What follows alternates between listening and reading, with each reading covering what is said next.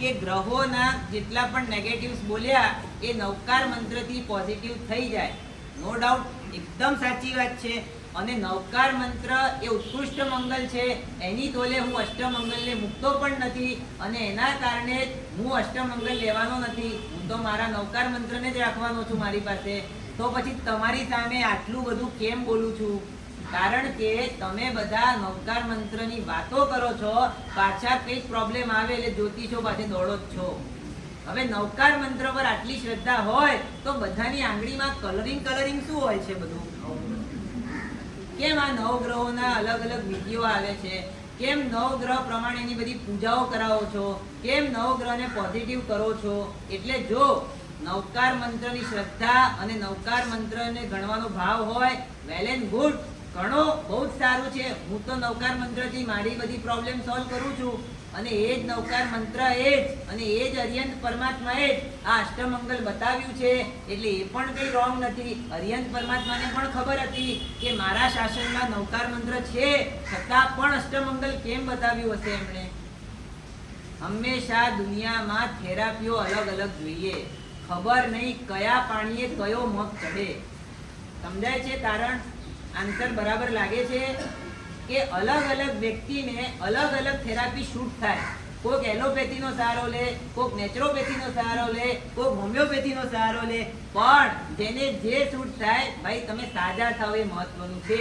એટલે તમને નવકાર મંત્રથી થતું હોય તો નવકાર મંત્રમાં આગળ વધવાનું, કોઈકને અષ્ટમંગલથી થતું હોય તો એને અષ્ટમંગલમાં આગળ વધવાનું, કોઈકને હજુ કોઈક ત્રીજી વસ્તુથી થતું હોય તો એને આગળ વધવાનું. પણ આપણા માટે સેન્ટર મેઇન વસ્તુ શું છે? પોઈન્ટ ઓફ વ્યૂ કે ભાઈ સાજા થવાનું છે, આપણા પ્રોબ્લેમ દૂર કરવાના છે. અને બીજી વાત, ગ્રહની અસર તોય 100% હોય છે. અને ગ્રહ ઉપર 14 પૂર્વમાં મોટું શ્રુત જ્ઞાન આપેલું છે, ખૂબ મોટા ઉલ્લેખો છે. ગ્રહ ઉપર જૈનાચાર્યોએ ગ્રંથોની રચના કરી છે. ભદ્રબાહુ સંહિતા આખો જ્યોતિષનો ગ્રંથ, એટલો બધો ઓથેન્ટિક ગ્રંથ, આજથી 2000 વર્ષ પહેલા જે લખાયો, આજ સુધી જૈન નહીં, આખી ભારતીય પરંપરામાં અને ફોરેનના પણ જ્યોતિષો એનો સહારો લે છે. એવા 2 ગ્રંથો, ભદ્રબાહુ સંહિતા અને વરાહ સંહિતા. આ બંને ગ્રંથો, વરાહ પણ પહેલા જૈન જ હતો, પાછળથી દ્વેષના કારણે પછી એને ધર્મ ડાયવર્ટ કર્યો. અને ભદ્રબાહુ આચાર્ય તો આપણા જબરદસ્ત પાવરફુલ આપણી પરંપરાના આચાર્ય થઈ ગયા, છેલ્લા 14 પૂર્વી. તો એ ભદ્રબાહુ સ્વામીએ પણ જો આ ગ્રહ, આ ગ્રહની વિધિ, આ ગ્રહના ઇફેક્ટ, આ બધું જો બતાવ્યું હોય તો પછી ક્યાંક ને ક્યાંક આનું પણ વૈજ્ઞાનિક તથ્ય હોવું જોઈએ. હું અંધશ્રદ્ધામાં ક્યારેય કોઈને મોકલવા માંગતો નથી અને હું પણ માનતો નથી. હું પણ એક પ્રકારનો રેશનલિસ્ટ માઇન્ડ વાળો માણસ છું. એટલે ખાલી તમે મને બચ્ચાની જેમ ઉલ્લુ બનાવવાળી વાતો કરો તો એ હું પોતે એક્સેપ્ટ કરું નહીં તો હું બોલું તો નહીં જ. રાઈટ? એટલા માટે આ બધી જ વસ્તુઓ એકદમ પ્રોપર સાયન્ટિફિક છે અને આપણા ઋષિ મુનિઓ અને આચાર્ય ભગવંતોએ એને સર્ટિફાઈડ કરી છે. માટે આ બધી વાતો આપણે કરી રહ્યા છીએ. Okay, next. હવે કયો ગ્રહ આવશે? 7 તો પતી ગયા. રાહુ. બહુ જોરદાર, તમે બધા જાણકાર છો. મને બી યાદ નથી રહેતા 9 ગ્રહના નામ. રાહુ બોલે છે, ધીરજભાઈ આ બધા તમે નહીં બોલ્યા આટલું તો. મને લાગે છે રાહુ તમારા કોઈકમાં હોય ને નડતો હોય એટલે યાદ રહ્યો હશે કદાચ. આ રાહુ નડે છે દેશને. રાહુ એટલે ભ્રમ, રાહુ એટલે મોહ, રાહુ એટલે વિકૃત ઈચ્છાઓ, રાહુ એટલે ઇલ્યુઝન, રાહુ એટલે મોહ, ભ્રમણાઓ, ઇલ્યુઝન્સ. રાહુ એટલે કોઈ પ્રશ્ન હોય તો બોલી જાઓ, પણ અંદર વાતો નહીં. એક તો આજે વરસાદ સાથે મારે તાલમેલ બેસાડવાનું છે અને એમાં તમારી વાતો સાથે પાછળ. રાહુ એટલે વિકૃત ઈચ્છાઓ, જે એક હોય છે તમારી જેન્યુઇન ઈચ્છાઓ અને એક હોય છે તમારી વિકૃત ઈચ્છાઓ. હમણાં જેમ ધીરજભાઈએ બહુ સારી વાત કરી કે અત્યારે વિશ્વને અને દેશને રાહુ નડે છે છેલ્લા કેટલાય વર્ષોથી. આવું મેં પણ સાંભળ્યું છે. હું એની સાથે પૂરેપૂરો એગ્રી છું એમ નથી, મેં પણ સાંભળ્યું છે. એના કેટલાક ઇફેક્ટ પણ દેખાય છે. આજના જમાનામાં આ જે હોમોસેક્સ્યુઅલ કોન્સેપ્ટ ચાલ્યો, આ બધી વિકૃત ઈચ્છાઓ છે. એક નોર્મલ સ્ત્રી અને પુરુષના સંબંધો એ પ્રાકૃતિક કહેવાય, સાંસ્કૃતિક કહેવાય, પણ આજે હોમોસેક્સ્યુઅલ અને ગેનો કોન્સેપ્ટ ચાલ્યો છે, આ ભયંકર વિકૃત ઈચ્છાઓનો કોન્સેપ્ટ છે અને ક્યાંક ને ક્યાંક રાહુ ગ્રહના દુષ્પ્રભાવમાં આખું વિશ્વ અને આ ભારત એના અંદર સપડાયું છે. માટે હવે કોર્ટ જેવી કોર્ટ પણ આને ઓથેન્ટિક જાહેર કરવાના ભયંકર નુકસાનકારક પગલાં લઈ રહી છે. સુપ્રીમ કોર્ટના ચુકાદાઓ પણ આ તરફના આવ્યા છે.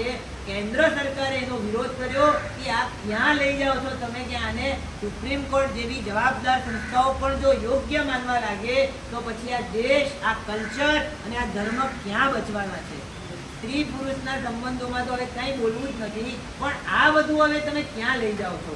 અને એટલા માટે વાત નીકળી છે તો કહું છું કે આ રાહુ ગ્રહનો દુષ્પ્રભાવ નો ડાઉટ આવી રીતના પણ ઇફેક્ટ કરી શકે સમાજને, દેશને અને વર્લ્ડને. હજી આગળ, રાહુ ગ્રહ એટલે લાલચ. આ બધી નેગેટિવ વાતો પહેલા કરું છું. રાહુ ગ્રહ એટલે લાલચનો ગ્રહ. તમને સંતોષ જ ન થવા દે, એમ થાય કે હજી લાવો, હજી લાવો. હવે 80 વર્ષનો બુઢ્ઢો થયા પછી બી એનું મન નૌકારવાળીમાં ના હોય પણ પૈસા ગણવામાં હોય. હવે 80 વર્ષે તો બાપા રિટાયર થાવ, હવે છોકરાઓ કમાતા થઈ ગયા, છોકરાના છોકરા કમાતા થઈ ગયા, તોય આ છૂટે જ નહીં, છૂટે જ નહીં. અને રોજ ક્રાંત પડે ને પાછું છોકરાનું માથું ખાય કે આ 5000 નો હિસાબ કેમ નથી મળતો, આ એક્સ્ટ્રા ખર્ચા ક્યાં થતા રહે છે આપણા ઘરમાં. અરે ભાઈ છોડો હવે આ બધી લાલચ. હવે જવાના દિવસો આયા, જાય નહીં. અચાનક સડનલી તમારા જીવનમાં પડતી આવે, કોઈ કારણ ના હોય, અચાનક જ તમને બધું નેગેટિવ થવા લાગે. આનો પણ અસર રાહુની અસર હોઈ શકે. અને એડિક્શન, વ્યસન, કોઈ પણ ગલત ચીજનું એડિક્શન એ રાહુ ગ્રહના દુષ્પ્રભાવથી થઈ શકે. એ પછી સિગારેટ હોય, એ દારૂ હોય, એ પછી ડ્રગ્સ હોય, આ બધા એડિક્શન રાહુ ગ્રહની દુષ્પ્રભાવથી થાય. અને આજે આપણે એ પણ જોઈએ છીએ કે આખા વિશ્વમાં જે રીતના એડિક્શનનો વ્યાપ વધતો જાય છે, નો ડાઉટ ક્યાંક ને ક્યાંક આ દેશ અને આ વિશ્વ રાહુ ગ્રહના ભરડામાં હોય એવી શક્યતા નકારી શકાતી નથી. એક બહુ મોટા સાધકની વાત મેં વાંચેલી, એમણે કીધું હતું ભારતને જે આઝાદી મળી ને, મેહુલભાઈ, ભારતને જે આઝાદી મળી 15 ઓગસ્ટ 1947 રાતના 12 વાગે, એ ટાઈમે ખરાબમાં ખરાબ મુહૂર્ત જોઈને આઝાદી આપી હતી આ લોકોએ. અને એના દુષ્પ્રભાવના કારણે 108 વર્ષ સુધી રાહુ 12 રાશિમાં પાસ થઈને જ્યાં સુધી ક્લિયર નહીં થાય ત્યાં સુધી આ ભારત દેશ જે આપણે જોયો તો એવો નહીં બની શકે. બહુ સ્ટ્રગલ, બહુ ગરીબી, બહુ બધા કોન્ફ્લિક્ટ, આ બધાનો સામનો આ ભારત દેશે 108 વર્ષ સુધી કરવો પડશે. એટલે લગભગ 2055 સુધી ભારતને હજુ સ્ટેબલ થતા વાર લાગશે. એટલે નરેન્દ્ર મોદી શું કહે છે, 2047, એટલે 100 વર્ષ પછી તમને થોડા થોડા ખરેખર જે મહાસત્તા બનવા જેવી વસ્તુઓ છે એવા દર્શન તમને એ કાળમાં થઈ શકે. કારણ કે આ અંગ્રેજોએ, આ લુચ્ચાઓએ આપણને ખરાબમાં ખરાબ મુહૂર્ત જોઈને આઝાદી આપેલી, કે સહેજ પણ આ લોકોનું ડેવલપમેન્ટ ન થાય એના માટે ખરાબમાં ખરાબ મુહૂર્ત જોયેલું.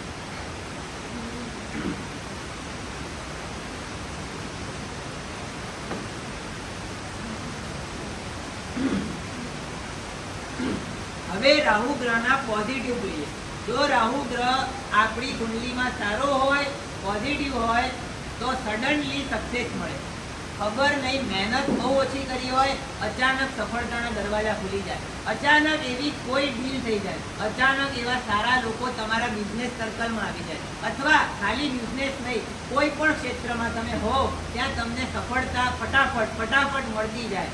બીજા નંબરમાં મોડર્ન ટેકનોલોજી. ટેકનોલોજીમાં તમારું માઇન્ડ બરાબર દોડે, ફટાફટ દોડે. તો આ બધું પણ રાહુ પોઝિટિવ હોવાથી પણ થાય, રાહુ પાવરફુલ હોવાથી પણ થાય. અને રિસર્ચ, જેટલા પણ સાયન્ટિફિક રિસર્ચો મોટા સાયન્ટિસ્ટોએ કર્યા છે, મોટા ભાગના લોકોના રાહુ પાવરફુલ હોવા જોઈએ. તો જ એ લોકો આટલા સારામાં સારા રિસર્ચ કરી શકે.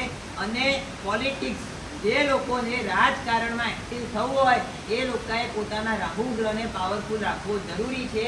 અને આ રીતના રાહુ ગ્રહના આખું આપણે સમજણ મેળવી. હવે એ રાહુ ગ્રહનું મંગળ છે, કયો મંગળ બાકી રહ્યા? હવે બહુ સરસ, કેટલું સરસ સાંભળે છે.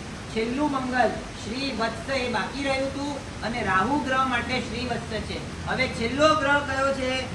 કેતુ. હવે અષ્ટમંગલ તો પૂરા થઈ ગયા. 8 ને એક મંગલ સાથે આપણે જોડી દીધું, એક ગ્રહ સાથે. તો આ ગ્રહમાં એક મંગલ સૌથી અગત્યનું મંગલ છે એ હજુ રિપીટ થશે અને એ ગ્રહ છે કેતુ.